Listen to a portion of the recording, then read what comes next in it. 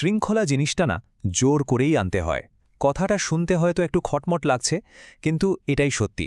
আর সত্যি বলতে, সাফল্য আর ব্যর্থতার মধ্যে পার্থক্যটা কিন্তু এখানেই তৈরি হয়ে যায়। তো চলুন দেখি কিভাবে এই কঠিন কাজটা করা যায়। আচ্ছা, আমাদের সবার মধ্যেই কিন্তু এই ব্যাপারটা হয়, তাই না? মনের ভেতর একটা দর কষাকষি চলতেই থাকে। অলসতা এসে ফিসফিস করে বলে, আরে আজ থাক না, কাল থেকে ঠিক শুরু করব। কিন্তু একটা কথা মাথায় গেঁথে নিতে হবে, অলসতার সাথে আপোস করার মানেই হলো প্রতিবার ওর কাছে হেরে যাওয়া। তো প্রশ্নটা খুবই সহজ, কিন্তু উত্তরটা ততটাই কঠিন। কিভাবে এই আপোস করাটা বন্ধ করা যায়? কিভাবে আমরা মনের ভেতরের এই লড়াইটাতে জিততে পারি?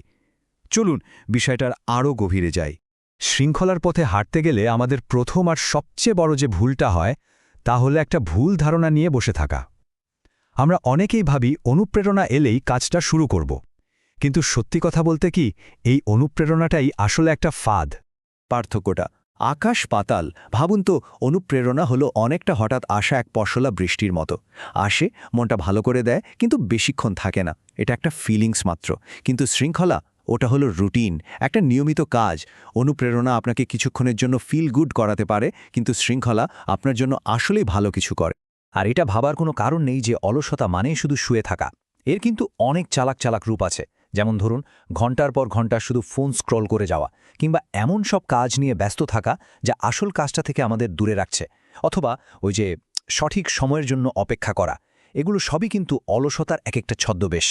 আসল কথাটা হলো, প্রতিবার যখনই আমরা কঠিন কাজটা না করে আরামের পথটা বেছে নিই, আমরা আসলে আমাদের ব্রেনকে অলস হতে ট্রেনিং দিচ্ছি। এটা অনেকটা একটা খারাপ অভ্যাসকে প্রতিদিন একটু একটু করে জল দিয়ে বড় করার মতো। তাহলে এই চক্রটা ভাঙার উপায় কি? সমাধানটা বাইরে কোথাও নেই, আছে আমাদের ভেতরে। আসল যুদ্ধটা হলো মনের ভেতরের যুদ্ধ, আর সেটা জিততে হলে সবার আগে নিজের চিন্তাকে কন্ট্রোল করতে হবে। কথাটা একটু মন দিয়ে ভাবুন তো, জিমে যাওয়ার সিদ্ধান্ত বা বই নিয়ে বসার সিদ্ধান্তের আগে আসল যুদ্ধটা কিন্তু আমাদের মাথায় শুরু হয়ে যায়। ওই যে আজকে ইচ্ছা করছে না বা একটু পর করব, এই চিন্তাগুলো, এগুলোর সাথেই তো আসল লড়াইটা। তাই বাইরের জগতে শৃঙ্খলা আনার আগে ভেতরের এই যুদ্ধটা জেতা সবচেয়ে জরুরি। আচ্ছা, এই ভেতরের যুদ্ধটা জেতার কৌশলটা কি? খুব সহজ, মাত্র ৩টা ধাপ। ১ নম্বর হলো সচেতন হওয়া, নিজের ভাবনাগুলোকে খেয়াল করা। ২, ক্ষতিকর চিন্তা মাথায় এলেই ওটাকে আর বাড়তে না দেওয়া, ওখানে থামিয়ে দেওয়া। আর ৩ নম্বর, ওই দুর্বল চিন্তাটাকে সরিয়ে দিয়ে নিজেকেই একটা শক্তিশালী কমান্ড দেওয়া। বাস্তবে ব্যাপারটা ঠিক এই রকম কাজ করে। ধরুন, মন বলছে আমি খুব ক্লান্ত। সাথে সাথে নিজেকে বলুন, ঠিক আছে, শুধু ৫ মিনিটের জন্য শুরু করি। যখন মন অজুহাত দিচ্ছে, আমার একদমই ইচ্ছা করছে না, তখন নিজেকে দেওয়ার সবচেয়ে শক্তিশালী উত্তর হল একটাই, এখনই করো। মনের ভেতরের খেলাটা জেতার পর আসল কাজটা শুরু হয় বাস্তবে। কারণ চিন্তা বদলানো তো কেবল প্রথম ধাপ। আসল অভ্যাসটা তৈরি হয় বারবার একটা কাজ করার মাধ্যমে। সত্যি বলতে এটাই আসল শর্টকাট। এখানে একটা দারুণ কৌশল আছে, জানেন? এটাকে বলে ৩ সেকেন্ডের নিয়ম।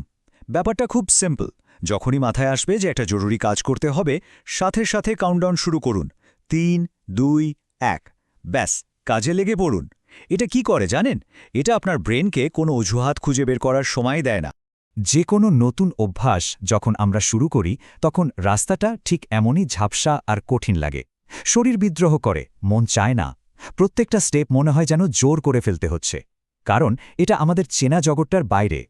কিন্তু যখন আমরা নিজেকে জোর করে হলেও কাজটা বারবার করতে থাকি, তখন কি হয়?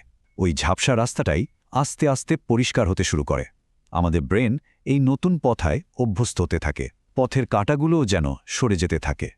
আর শেষে যথেষ্ট পরিমাণ পুনরাবৃত্তির পর ওই নতুন রাস্তাটাই আমাদের প্রধান রাস্তা হয়ে যায়।